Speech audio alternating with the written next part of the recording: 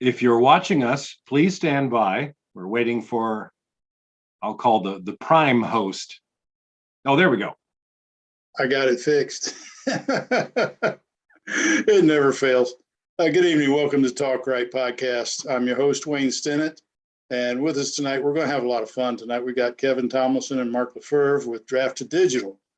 And Nick, why don't you take over and explain a little bit about what these guys do while I try to figure out what I'm doing wrong.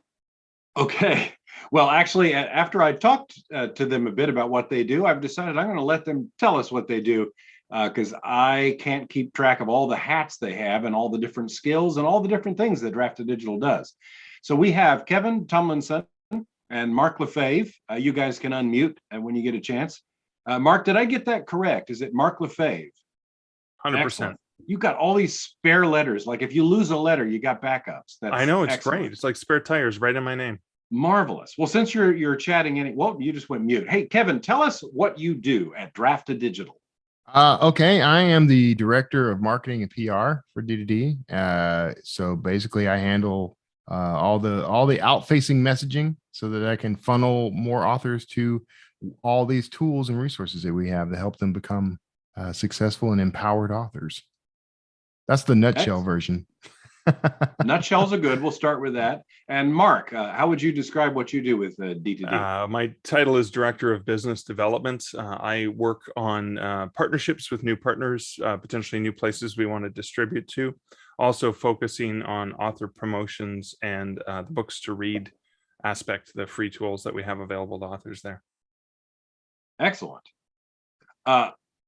Well, I think one of the things we've got, we have a lot of writers that watch this show. And from my understanding, you guys are becoming a big gorilla in the self-publishing realm with ebooks, I believe, is where you began. But I believe you're spreading out into all things, tendrils reaching forth. Can you tell us a bit about what one gets when they go Draft2 Digital with ebooks and go wide that way? Well, okay. So we are, the brag is that when you use Draft2 Digital to distribute your books, we can get you global. We actually have a presence in, I believe at this point, it's literally every country on the planet, and retailers, both major and minor, library systems. We've got you covered all around. We get you to most. I'm sorry. I heard a question and I stopped. So that was just me feedbacking. I'm on YouTube now, so I can field questions. Okay, all right, no problem. I was going to answer the question all over again. Do. I introduce somebody, and then I tell Nick to take over, and then I jump over. I saw none of our mouths moving when that voice came out. So I was impressed. I'm like, I don't even know ventriloquism. I'm looking at the skulls behind Mark's head and seeing if they're doing it. Okay, so yes, you're global. Yes. We are global. Yeah, we're global publishing. That is what we bring to the table for the self-publishing crowd out there, authors and publishers alike. We're not just for authors. We are also for small presses. If you've got a book or books, and you want them to reach readers somewhere on the planet, we're your best bet. I'm going to send us off on a very granular question. If you're global. Yes. And you're trying so many different things. Do you have any connections with translation services? Is that something you've ever considered? Now, Mark Lefevre may be able to hop in on this because he may know things I don't know. But at present, we don't have partnerships with any translation services directly. But it's something that's always kind of on the radar. Well, we do have links to partners, trusted partners like Reedsy, where you can find professionals. That's like true. There. Yeah. With the coming advent of AI technology, I imagine that there will be better opportunities in the next year or two for authors. And if there are opportunities for authors where we can partner with somebody to help save them money, that's kind of in our DNA. Yeah. Excellent. That does sound like us. Watching these guys with Draft2 Digital for 5-6 years ago now, and you just keep growing and growing and gobbling up more and more, and I'm loving it. the connection between you and Reedsy, that happened right out there at the Tiki Bar, didn't it? That was Dan Wood, who is our chief operating officer. I have to pause because his title has changed a couple of times since I came on board 6 years ago now. The relationship with Reedsy was born under a tiki hut on the beach in St. Pete's Beach, over drinks. That's exactly how that relationship formed. So, actually, don't let me put words in anybody's mouth. I don't know. They may have had a relationship before that, but that's all I knew of the relationship. I think that's where the friendships happen. Yeah. I mean, Yeah. So many different friendships happen out there by that Tiki Bar, and people have no just idea, Wayne, together that have like ambitions and like right? interests, and it just sometimes magic happens. That Tiki Bar is the birthplace of so many like influential changes in the publishing industry. People have no idea. That simple little Tiki Bar. Yeah, nothing else. That's right. So we were talking off camera a little bit before we actually started, and Jordy, you got sorry, we got a sound problem. You need to mute that. Can you hear me now? Well, we've been able to hear you all this time, actually. Oh, okay. I'm just chattering away. Sometimes twice. But anyway, what was I saying? Lost my train of thought. Well, let me dive in here and ask when people. I'm going to ask a question that I'm sure everyone could Google and get the answer immediately, but it's probably one of the first things people want to know if they're going to choose Draft Digital is how much royalty do I keep, and is it a percentage of net, and if so, how much net doesn't get to you, like what are you looking at if you have, say, a $8 book? Mark, I was going to let you jump in on that. Easier math. Let's go with $10 so I can do the math. Go with 10. Yes. Go with 10. So one of the benefits of Draft Digital is, yes, you can publish direct to many of the platforms, not all of them. There's most of the library platforms you can't get to directly anyways. But if you were to use Draft Digital to publish to a retailer, for example, as opposed to going direct, a $10 book would earn you $7. That's what you would end up. Well, I mean, with some platforms, you don't get the full $7, but because they charge for the size of the file, etc. But with Draft to Digital, we're taking 15% of the gross, so 10% off of the margin. So you'd make $6 instead of $7. Now, an interesting tidbit, and the thing that people don't know, is we have great deals with all of the major platforms except Amazon, where even if you price below $2.99, you'd still get the 60%. Whereas in many of those platforms, if you're publishing direct, you're not necessarily making the full 70%. So in some cases, for those, first book in series that may be 99 cents, you're actually earning 60 cents from Draft Digital as opposed to 35 cents or 45 cents. Whatever. Coveted BookBub deal. It goes a long way. Yeah, exactly. So just more money in your pocket for those ones as well. But the other thing that a lot of people don't realize, because a lot of people are trained by Amazon that thou shall never price outside of $2.99 to $9.99, because that's where you get your 70%. But all of the other major players provide authors with the full scale discount beyond $9.99. So, for example, when you have digital bundles and box sets that are more expensive, you still get the 70% if you're publishing direct, or 60% if you're publishing through Draft to Digital to publish those platforms. And we do know, because we do have partnerships with major retailers, Nook and Apple and Kobo, that unlike Google and Amazon, there's a lot of merchandisers, human curation that happens at those retailers. And they are used to working with a lot of the big publishers.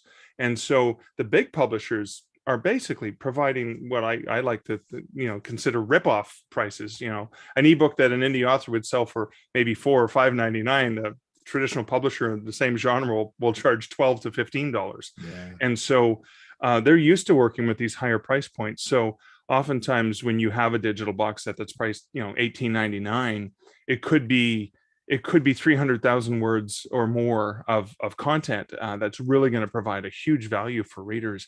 And that's attractive both to the retailer as well as to the reader, and of course attractive to you, because through Draft to Digital you're still getting your 60%.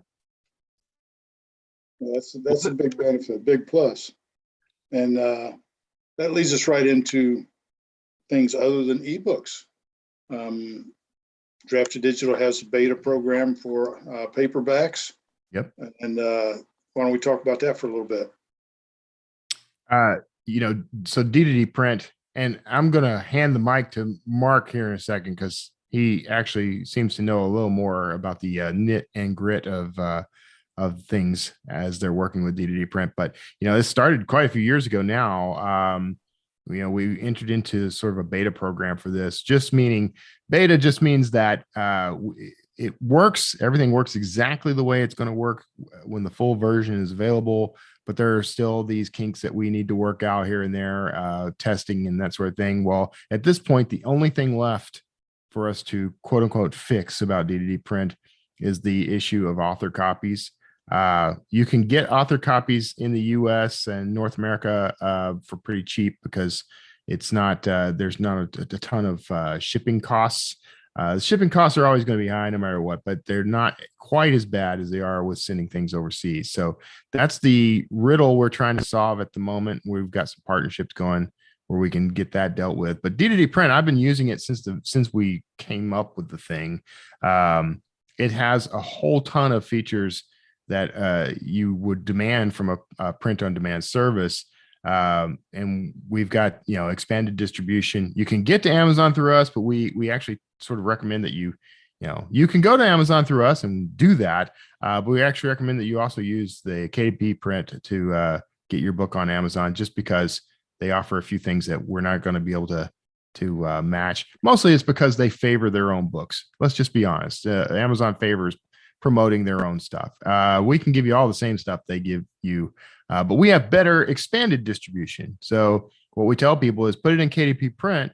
Don't use their expanded distribution, use us, and you got the best of all worlds. But we've got things built into this tool that are just fantastic that I can't stop raving about. Like we have, our conversion tool. You can upload your manuscript, just like for our ebooks. We'll convert it to a print ready PDF, right? And run that through the whole process. But we've got templates. They're very much like what you'd find in like Vellum, except for they're free on our platform. And you don't have to have a Mac. If you are using a Windows machine, if you're using a Linux machine, if you're using your iPhone, I've actually used them on my iPhone. So you can actually upload your manuscript and get some nice looking templates and formatting, complete with like bells and whistles, like little graphics in the header, and the first letter is capitalized, drop caps, things like that.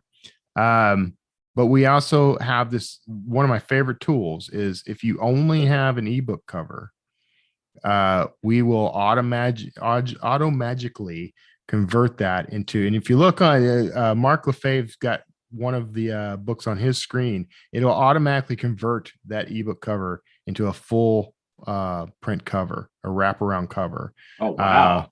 It is a very cool tool. And we and Mark's showing, I should let Mark talk so his feed comes up. I don't know if his feed is. Oh, that's showing right. No one is seeing this right now. No one's seeing it. Mark is waving books at us, and they okay, look Mark, great.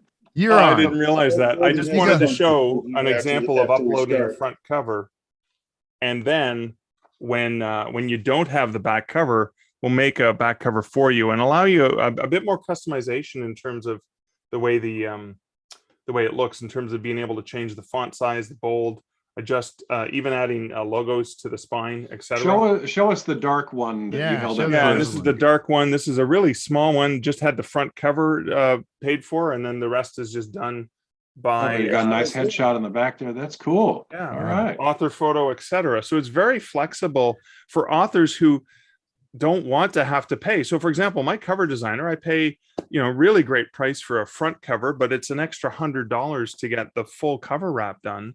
So in certain cases, especially for the smaller books that I have, I don't want to bear that additional expense. I just use Draft to Digital's automatic cover wrap, because let's be honest, when you're selling print on demand, nobody's looking at anything with the front cover anyway until after they've purchased it. So unless then it's too late. but it's too late. Ha ha ha. But really, they're not gonna, they've decided to Yeah. buy it because of the description and the copy and the beautiful cover and the good price that you put on it. Can I when ask they real have quick? it, yeah. About your formatting that you were describing, your vellum clone or what have you.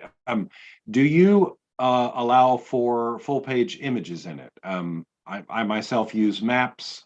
I think if you're a fantasy writer, you're probably required by law to have maps. And I know that early on, vellum didn't let you do that. So do you, like, if you had full page images, would you be able to put those in? You're going to run into a problem when you go full page, because once you go beyond the bleed on the print. Well, there's what I mean trim. is, Yeah, but it's not yeah. a chapter image or something. It's Within the margins. an image you somewhere. can, else. Yeah. if you've embedded it properly in the Word document so that it doesn't get shuffled to the very end of the book, it has to be anchored properly. Yes, you can have a full page map at the opening of a fantasy novel, for example. It's just. And it's are just you able to, let's say you don't know how to anchor things well, are you able to like see how awful it is the way you just Yes, sent it? you'll be able to and see how take it awful back it and turns out. And the other correct, thing yeah. about, and we didn't mention this at all, is we have dedicated customer service folks in Central Time between 9 and 5 p.m. that will actually get on the phone with you and walk you through this process. And that's one of the reasons we've slowly rolled people into the print, is we want to make sure, as people are now discovering print, because it's a lot more complex than ebooks, that we actually provide the proper customer service that they're used to getting from us on the ebook side. And our customer service folks are amazing, and they will get on the phone with you and say, okay, Nick, no, open up the Word document, do this, try this button, click that button. We have really great relationships with our authors. Of course, that takes time, right? Because you can't be on the phone with 1,000 authors all at the same time with, limited number of staff, but we do our best to talk to you. You can actually call and speak with us, which I think just sets us apart in a dramatic way. Yeah, try that with One of the things Amazon. that I hear from a lot of authors is that when they have a problem, all they got to do is pick up the phone. They don't have to bother with an email and the response time is really quick when they do email. So That's right. Your customer service is doing really good. That is that's the backbone of the whole company, is that support. I cannot praise these people enough. I could never do their job. I'd be in a prison, honestly. There's no way I could survive doing the job of customer support. But these people they're highly trained. They know this business inside and out. They know the technology inside and out. They live primarily right here. Well, I was going to say here. I'm not in Oklahoma City, but most of our team is in Oklahoma, where our home office is. And those who are remote are, they're all, completely on board. They all know all the processes. Everybody, we're not outsourcing to any services that don't understand our market or our business. So the best, I will stand by it. The best customer support you're going to get from anybody. I don't care what industry it is. I wish our customer support worked for all the services I have to deal with daily. Well, wouldn't Actually, that be great? yeah. So I've got some other questions lined up here, but we want to make sure we get the YouTube folks. Do we have any questions coming in? There's a question about what it costs to make a book. That's going to vary from author to author and genre to genre. And let's see, there's one. Nick, is that Coke or Pepsi? Neither. Sierra Nevada Pale Ale. I recognize that label. Yes, indeedy. All right, let me ask about. Okay, early on, I meant to jump in when we were making some comparisons between KDP and Drafted Digital. I know other than Kindle, big reason a lot of people do KDP is the ability to do deals and countdowns and such, and to get Kindle deals and Prime Reading. You work with many different retailers that are not Amazon. Right. What kind of leverage do you have? Are you able to set up deals and things with those retailers for books? Yeah, for sure. We actually have a full-time employee Megan Spann, whose sole focus as the author promotions coordinator is working with our partners. And we primarily work with the partners that we're in regular contact with are Apple, Kobo, Nook, Overdrive. And we are in partnership with Hoopla, Baker and Taylor, Biblioteca. Occasionally we're doing promotions with Viblio, which is based in France. And these are different promotions where you can get invited to be part of promos that the retailers are running. For example, right now, we were just in the process of soliciting, there was a nonfiction sale for Overdrive. So any of the authors who had nonfiction, they could set, okay, Overdrive is going to do a big promo on nonfiction. Tell us what discount you want to offer, that you're willing to offer, that Overdrive is going to offer to the libraries, anywhere between 20% to 50%. And then we will curate those for you, work with Overdrive, and then Overdrive pushes that out to the library so you can make those library sales. We do, I think we just pushed out one with Apple, one with Kobo, and we're constantly filtering through different promos like that very soon, because we do have the Smashwords store now, as we're getting into a place where, you know, very soon, and by soon, I mean, hopefully in the next several months, the ability for Draft to Digital authors to push a button to get their stuff into the Smashwords store, and using the Smashwords store as well, because we don't have to beg for retail space. We own that space. We can spotlight, we can feature author titles. And one of the benefits is when you sell through the Smashwords store is you're making 85%. That's the highest percentage you're going to get from anywhere, which is phenomenal. And we really want to leverage that as we go forward to help authors earn more, but also be in control, because the Smashwords store has long had go and create your own coupon codes if you want to create coupon codes for your readers, for your newsletters or whatever. But we'll be doing more of those promos. And one of the reasons we want to do this is we may curate 500 titles that we think are great for a retailer, but they only use 150 of them. Well, if we have extra titles, maybe we can just feature them ourselves and help those authors get more sales, because that's really what it's all about, is how can we help authors get traction on as many different retail sites as possible to reach as many different readers around the globe as possible. And so, no, it's not as easy as the DIY self-serve, countdown deals, but you only get those deals if you're exclusive to Amazon. You can't do a countdown deal when you're not. We also do have, I should mention, promo scheduling, price promos. You can do prices in multiple currencies. We have an automated conversion that will clean your price for you automatically to, I'm in Canada, to Canadian dollars, Australian, New Zealand, GBP, euros, etc. But you can use the price promo tool if you've got a BookBub or something coming up, and you can set it, not forget it, but set it in advance and say, okay, Memorial Day weekend, go drop down to 99 cents, but then after the weekend's over, bring it back up. And we take care of that for you, because we send an Onyx feed to all of our partners, retail partners, ahead of time, so they have it in their system early, so you're not panicking at 5 minutes to midnight hoping to push the button right on time. So some of those promotional tools are, I think they're really phenomenal free tools that we offer to the author. And that promo pricing tool is very handy if you get a BookBub feature deal. Like you can automatically set up, right in tune with that feature and have it adjust the prices for you automatically. Well, and it sounds like your ability, people could leverage D2D and Smashwords far better than Amazon when it comes to international BookBub deals, which for many of us, we just go, do I pay for UK only? So that's something wonderful to know. Yes. Yeah. I personally leverage that for whenever I do get a BookBub deal. I don't even think about it anymore. In fact, until you mentioned it just now, I kind of forgot that was ever not the way things worked.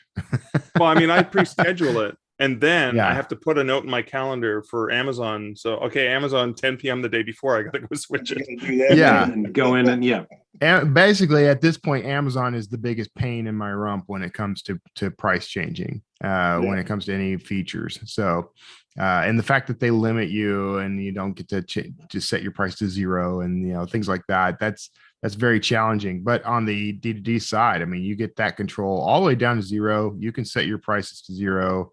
Amazon insists that it has to be a minimum of 99 cents. So even if you're distributing to Amazon through us, it's still going to force you to do 99 cents there. So that, that is a challenge when you get those BookBub deals and you want to do like a free deal. That is quite a challenge. Getting in the price match, and then Yeah. 2 hours before midnight, the price Yeah. goes back up to normal. Yeah, exactly. I've heard of that happening to a lot of That's people. happened to me a lot. So, Scary. yeah. I've avoided even applying for a free BookBub for the last 2 years since I went wide, just for that reason. 'cause I That's don't exactly want what's the happened to hassle. me. Yeah, I do the same thing, Wayne. I tend to set it up as a 99-cent deal, if anything. And so, of course, those are harder to get. So you're reducing your odds. So, but that's life for you. But Amazon life. by the same token, by being wide, you're increasing your odds. So Yes.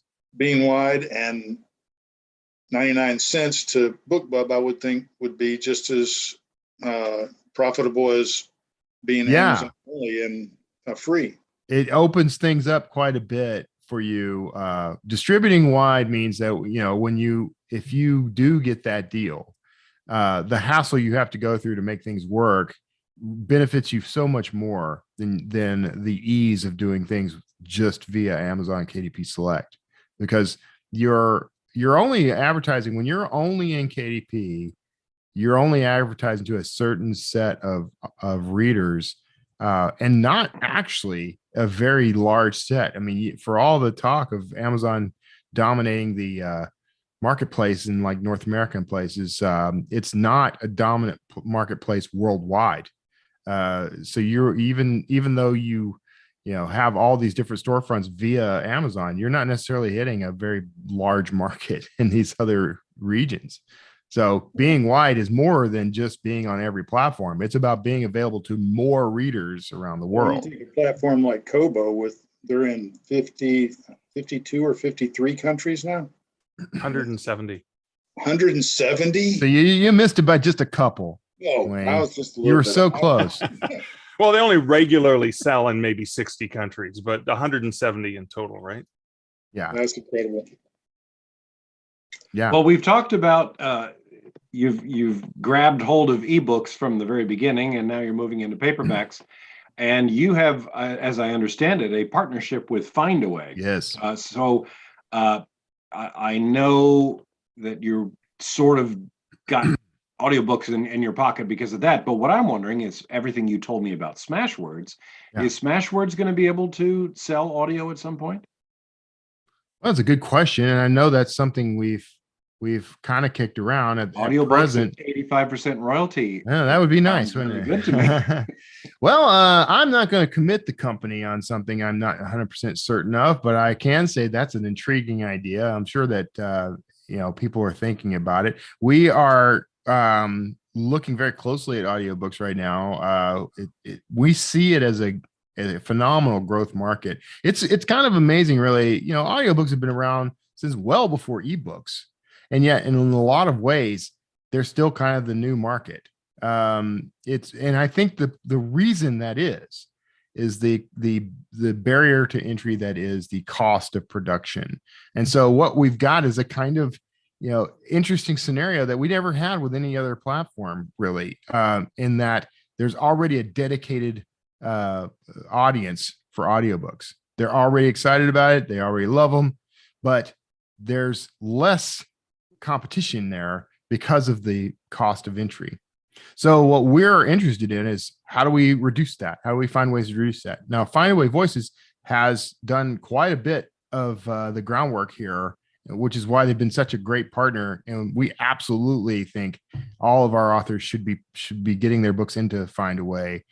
But they've got their that marketplace that they introduced, which allows the author to go and audition people, and they can do royalty splits. They can do there's all kinds of options now to help bring down the cost of production and make it easier and less of a barrier to entry. So we really think, I mean, we've talked about this a lot internally, like the future of audiobooks. Like we're definitely invested in this, and we want to see we want to find new and better ways to reduce the overhead of it and increase the likelihood that an author gets their book into audio. Because the more of those platforms you're on, the greater your reach, and it's exponential. It's not just like, well, okay, I've added audio, so now I get, a couple hundred more interested people. I mean, it actually exponentially increases your range, because now you're available in all these different marketplaces all over the planet in all these formats. I mean, that's huge growth. That's not just, a step up. When you look at audiobooks worldwide, Audible is just, they're the biggest player, yeah, but they're not that big. They're only 41% market share. It's the same problem with Amazon. They're the biggest, quote unquote. They're the biggest to us in this region, but they're not. They don't have the kind of reach. So Findaway actually has this immense reach that goes planet wide. Like they're in all these different markets and all these different retailers, and they get you more places, and they take less from you. They don't require you to be in a 7-year commitment, or any of the ridiculous things and they can get you to Audible as well. So you're not missing out on any of it.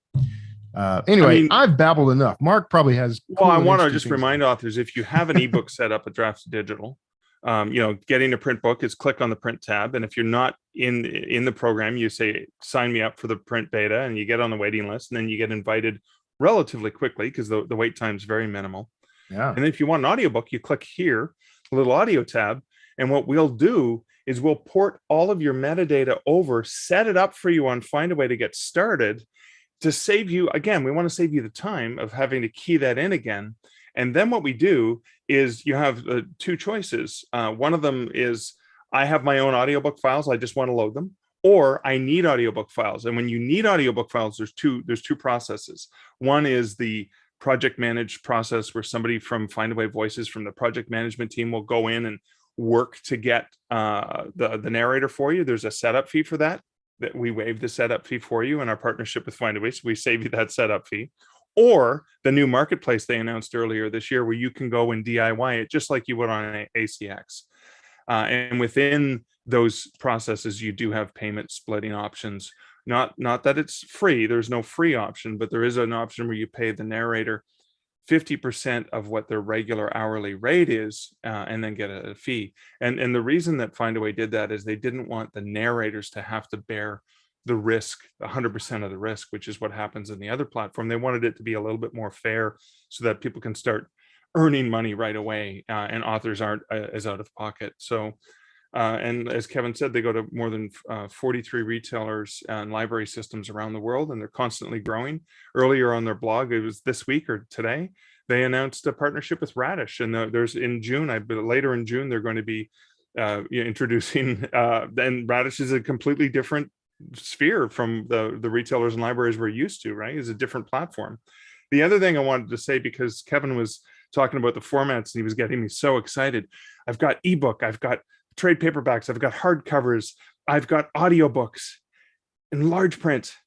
But where and how do you share on your website all the different places in the world you can get them? And we have a free tool for that. It's called bookstoread.com. And you can create vanity URLs. You can go to bookstoread.com/loversmoon for complete self-promotion to look at one of my latest books. And you can find the links to Amazon as well as the different retailers around the world in the different formats and the audiobook versions. With bookstoread.com, you can also for free make your own vanity bookstoread.com/author name for your, what I call it, it's an author central page for everyone, not just for Amazon. So again, those are some of the other free tools that we offer. And a cool thing about Books to Read, you can put your Amazon affiliate link in, Amazon affiliate code. You can put your Apple affiliate code. You can put your Google affiliate code, your Kobo affiliate code. And the great thing about this is because it's, you know how there's terms and conditions, you're not allowed to use your Amazon affiliate in your newsletter. If you use the Books to Read link, it's not a direct affiliate link. It goes to the Books to Read page and then reroutes them to Amazon. So you're not violating their terms of service. So again, another free tool just to help you make it simpler for people to find your books everywhere. Right there you go, Nick, for tropical authors. Well, I did not know that Books to Read was you guys. I'm Yeah. pretty sure I've seen Facebook How ads do you for it, not but it's like, know? oh, wow. Okay, I had so to say, I'm it has not the doing same my too. job right, is what you're telling me. Like, you should Speaking know of- this by now. Everyone should know. Books to Read. It's even got the number 2 in the logo. Because It, it's kind of a trademark, right? Yeah, sure. Yeah, actually, literally now we actually do have a registered trademark on our logo now. So Speaking of marketplace, Nick, I was on Findaway just a couple days ago, and you don't have your author portal set up. it's because they're glitchy, and I have repeatedly said, please do this, please do that, and they're like, oh, we're working on it, and I'm like, I gave up. I'm like, I want my Audible awards. I want this, I want that, and they're like, well, you only get 2 of this and 1 of that. I'm like, let me know when you got that fixed, because right now I have so much narration work as it is. I don't need to poke that tiger anymore, or I'll never get anything written. Well, that's one thing that independent anybody, narrators, authors, anybody, that's what we love, is being limited. We love having things. We love limitations. We love being told you can only have this much of this. Yeah, they're like, oh, you get the little pictures of the trophies. You only get 2 trophies. I mean, come on. Well, Here's a question on YouTube, and this Good. is for me and you, Nick. And I think this is actually a really cool question. So we'll put it out to Mark and Kevin also. Bell writes, I want to run a reading book club. If we read any of your books, will you join us on a Zoom call? And I thought, wow, that's a pretty cool idea. I will tell you right this second that yes, I will. So Zoom book clubs. I love that. the Sign me most up. dangerous space never even in the thought of it. world. Thanks, Bill.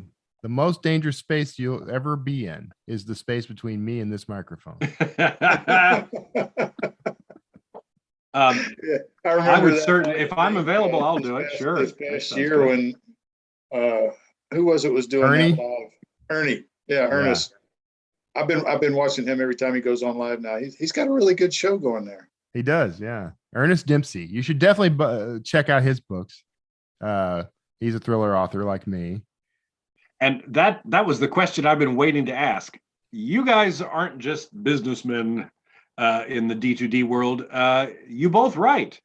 And I can Indeed. tell Mark writes because he's got skulls everywhere. No normal person does that. Is that what I'm missing? I'm missing skulls. What do you guys do? Tell us a little bit. We'll start with Kevin, just because you're on top on my picture here. Okay. What do you write? And then we'll move on to Mark. Well, I write thriller novels mostly. I've written cross genre in sci-fi and fantasy, some things that sort of defy BISAC categorization, but I've got mostly thriller novels, around closing in on 60 at this point. Whoa.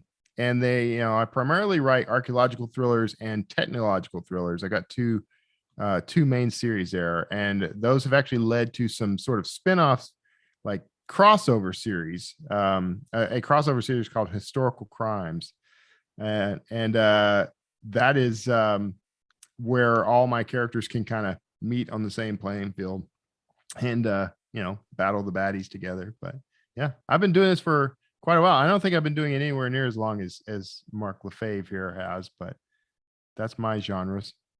And yet I don't have as many books as you, Kevin. I've only got about 30 books out, mostly under Mark Leslie, because nobody can ever spell or pronounce Lefebvre. But that's because you got them right the first time, Mark. That's all. You didn't have to go back and add 30 more to make up for it. I write, if you can't tell from the skulls, I do have, and I traditionally published as well as self-published. So I do have some true ghost story books. Haunted Hospital is probably one of the most well-known ones. I have my Canadian werewolf, urban fantasy humor, paranormal series. And I also do write books for authors under Mark Leslie Lefebvre, and I use that branding because I'm more known to authors with the Lefebvre that you can't pronounce name, where I do have books, Wide for the Win, An Author's Guide to Working with Bookstores and Libraries, or even Accounting for Authors, which I just co-authored with Deanna Hart, or DF Hart. So Yeah, but not as many books as Kevin. I'm just not as fast of a writer, apparently. Or as much a glutton for punishment. How many years have you been writing, Kevin? 60 books. A lot. I had a traditional contract back in 2006 that kind of fell apart, and ended up starting with self-publishing 2008. But the bulk of books were written between 2013 and now. So and for a time I was releasing a book a month, just to show the world I could. Oh my God! Please tell me they're novellas. No, these are full on 60,000 words minimum. We need to put you together with Oh. Cat Daniels. Could you imagine that, Nick? Oh my God! I actually have a book. I have a book called Evergreen that I wrote in a 60,000 word book. I wrote in a single day while I was kind of on layover in Manhattan during Thanksgiving. I thought you were going to say while I was on OxyContin. While I wasn't on OxyContin, but I was on a lot of coffee and not a small amount of scotch. So it required heavy editing, is what you're saying, right?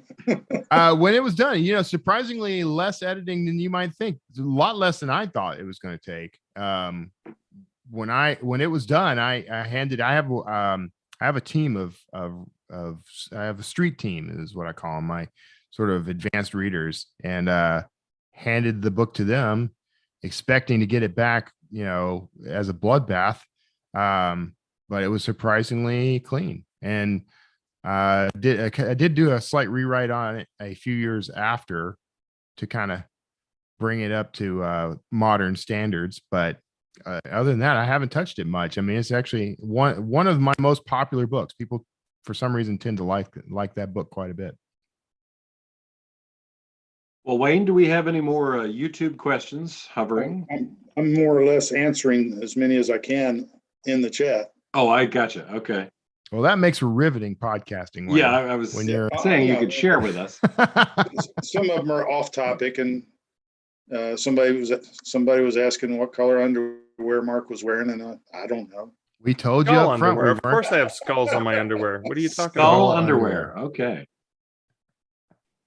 I was expecting Spider-Man briefs, actually, Mark. Oh, that's on Tuesdays. Tuesday is Spider-Man briefs day. For anybody joining us late, we're talking to Mark Lefebvre and Kevin Tumlinson with Drafted Digital. Drafted Digital is a aggregating service. You upload your manuscript and your cover one time, and they distribute it to everybody on the planet. That's basically it, right?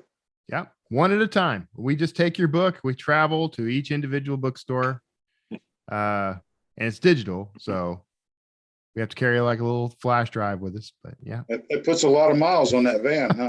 We get those Amex travel miles, Yeah, the van. Exactly. Didn't you get a new one? Yeah, we didn't get a new one. We built a house, and so we've come off the road, and we are actually, the van is actually available for sale if anyone is interested, so that we can get a couple more practical daily drivers. But yeah, spent 2 years living full-time traveling in that van. There's some history there. Yeah, I wrote at least 6 books in the passenger seat of that van, so it's full of energy, full of writer energy. Well, Wayne, I think, wrote some of his work in the cab of a long haul truck, if I remember correctly. Yeah, the first 4. Yeah, that's like James Cameron. You and James Cameron share some history there, because he was a truck driver, right? Writing scripts and planning out movies and stuff. So it was fun while it lasted, but I'm glad I'm off the road. I couldn't do that anymore. I liked being on the road. It has its ups and downs, of course, but my scenario is a lot different than yours. But that I liked it because it inspiration is easy to find when you're driving place to place and checking out whatever catches you too, right? Yeah, my wife, our little Chihuahua was with us.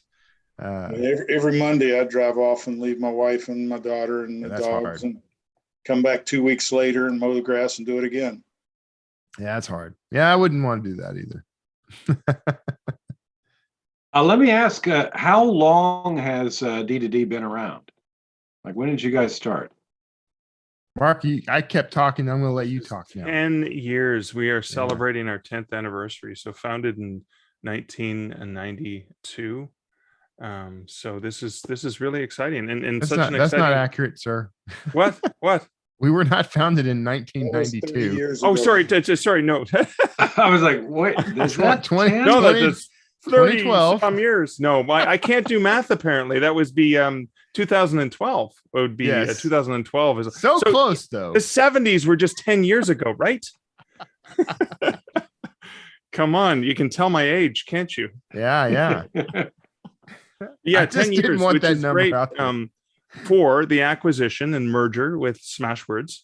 It was a perfect opportunity. Smashwords was the leading aggregator that were there in the earliest days of self-publishing there for authors. Draft Digital came along and the two of us were fighting side by side, fighting the good fight, trying to help authors get their books out into that global market. And we realized we had way more in common. We would be able to do more together better. Which I guess the 10th anniversary was just the perfect opportunity for us to do that. Yeah. For our 10th anniversary, we decided to become 4 years older, basically. That's right. Because Smashwords has been around for 14 years. So technically, Mark's math, 30 years older. Yeah, that's right. And by Mark's math, that was 1983. That's right. What a great year for music too. I bet Mark rocked a mullet big time. Oh, you have no I had a idea mullet. the mullet I had. Now I had to get rid of it because it'd be more like a skullet because the hair only goes to about here. Yeah. You look like a I friar had a monk. mullet from the time I got out of the Marine Corps for about 3 years. 18-inch ponytail. I worked as a dive master, so it didn't really matter. Yeah. I had the mullet early days, all through high school. Wasn't sad to see it go. So speaking of past lives, what did you guys do before you became writers and before Draft to Digital? So if you were to look at my work history, it looks like, the front page of like Indeed.com or something. I've had a lot of jobs. I was at various times. So I've been a teacher. I was a minister. I was a private investigator. I was an engineer, an electronics engineer. So, I've had quite a few jobs. I worked in radio and TV for years. Writing was always the thing I did as a through line to everything else I did. And as it should be. I mean, it's a foundational skill. It's something that you can, you can use to boost your career in no matter what field you're in. But, I did a lot of that kind of stuff.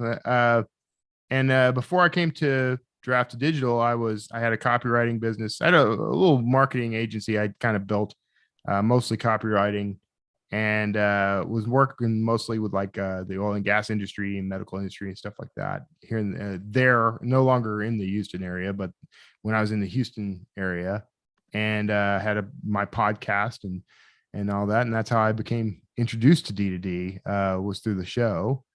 And it's just been a click and fit ever since then.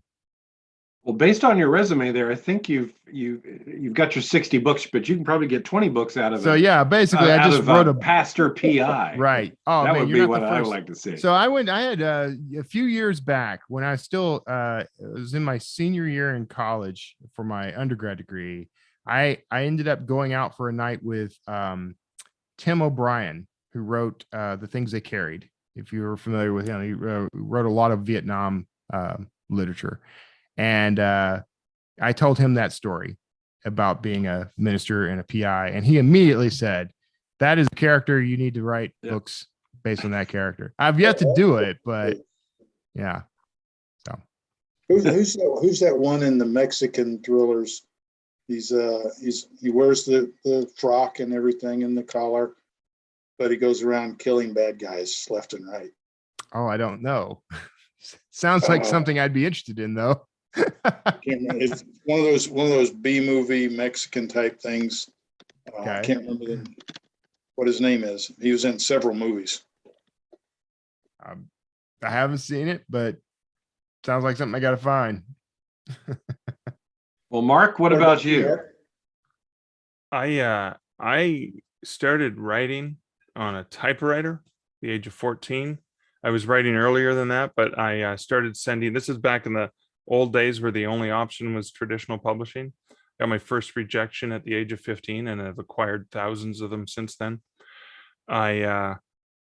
The year my very first short story was published, 1992. This is actually 1992, not the fake time that Draft to Digital was born. Was the year I started. I graduated from college and started working as a part-time bookseller in the book industry. And I worked my way around the book industry in various incarnations of store manager, etc. I went to head office at Chapters Indigo, which for Americans would be the equivalent of Barnes & Noble. Worked at their head office and headed up the data team that was accepting submissions from publishers.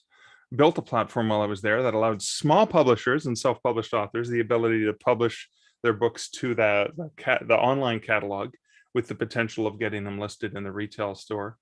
Then I moved from there to a university bookstore. Then I went to Kobo to build their self-publishing platform, Kobo Writing Life.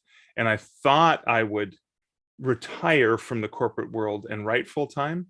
I didn't make it quite a year until I was having drinks on a beach at St. Pete with Chris Austin, the CEO of Draft to Digital. And by the end of that drinking session, I had a job at Draft to Digital. I realized I couldn't leave the industry because I missed working with really smart, passionate people, building cool stuff for authors.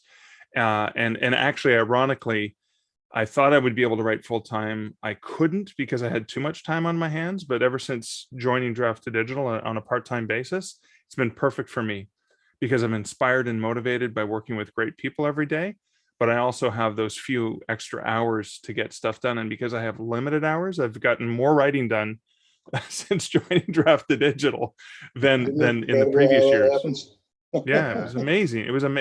It's just been such an amazing experience for me joining the team, not just because of the satisfaction I get working with the people I work with, but also because it's narrowed my time down so much that I'm actually more proficient in getting stuff written when I do have free time.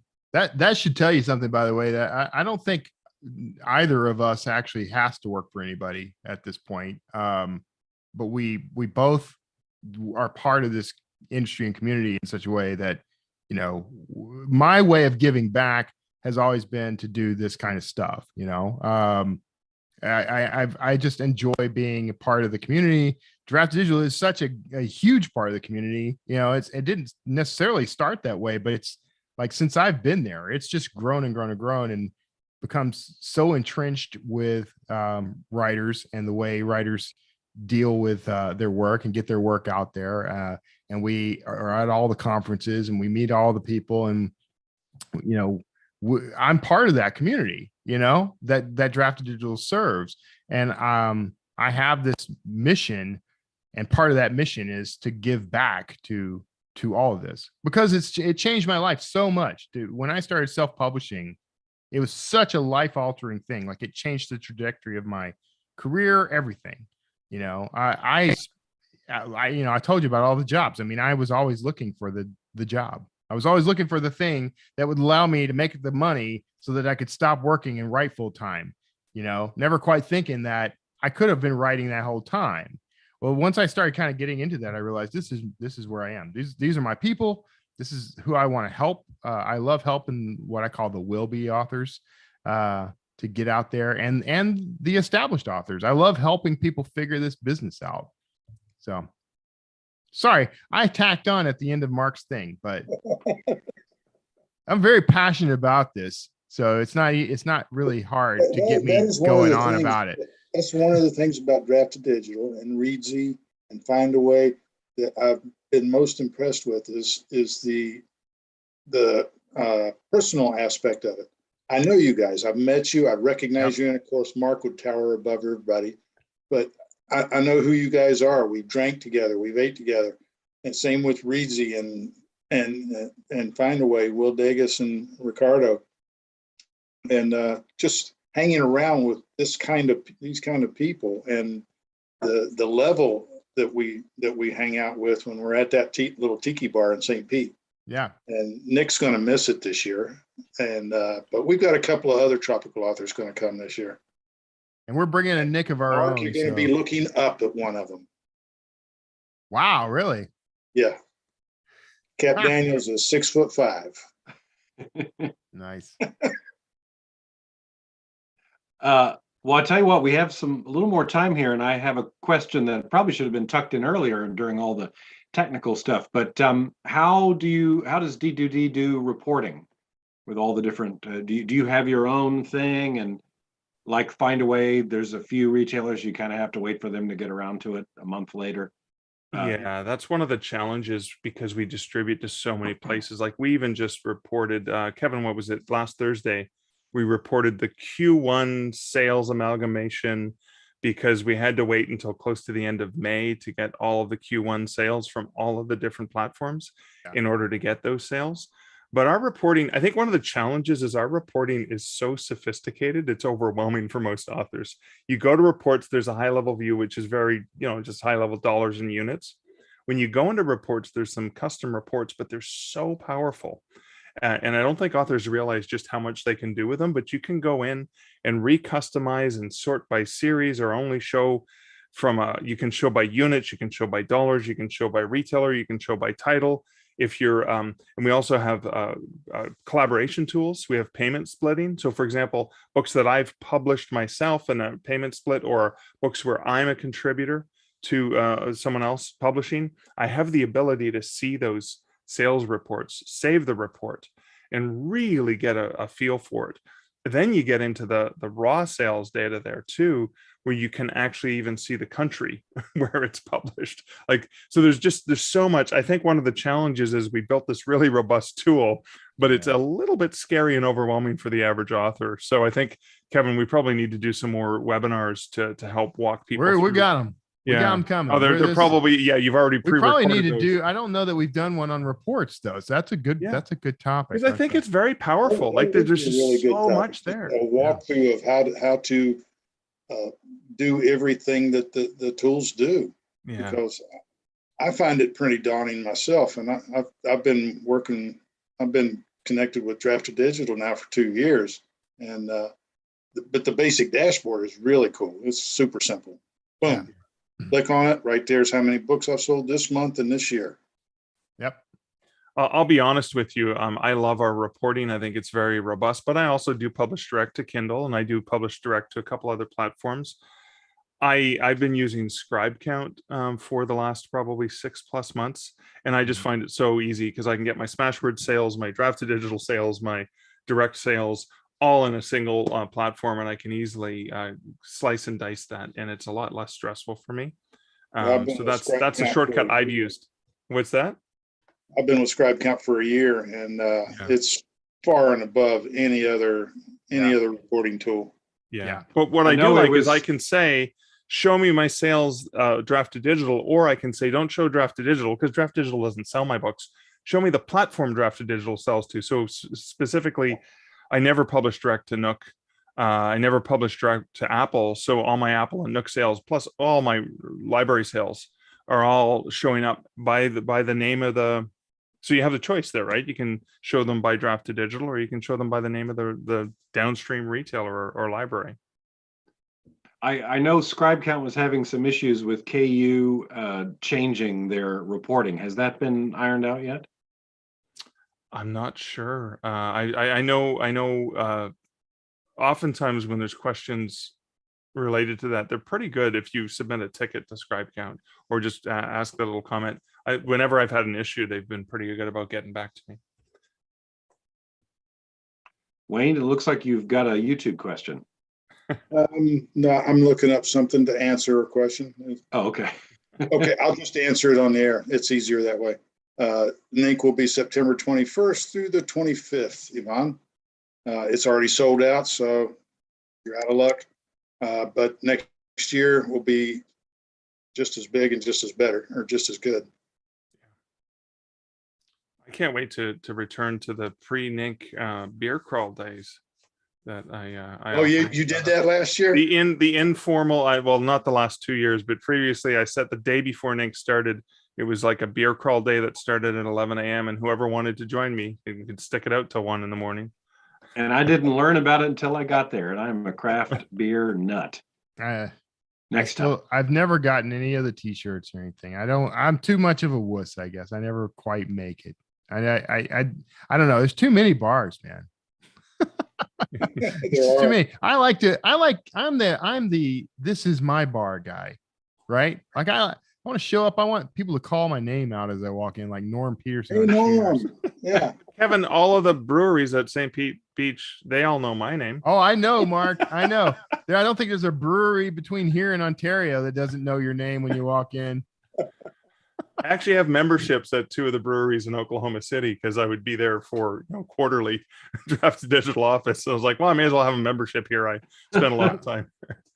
All right. Well, we're in overtime. It's after 7:30, and my wife's putting dinner on the table. So I want to thank you guys. It's been a lot of fun, very informative discussion. And for anybody watching the future recorded episode, draftedigital.com. That's with a letter or number 2 in the middle. Draft 2 digital.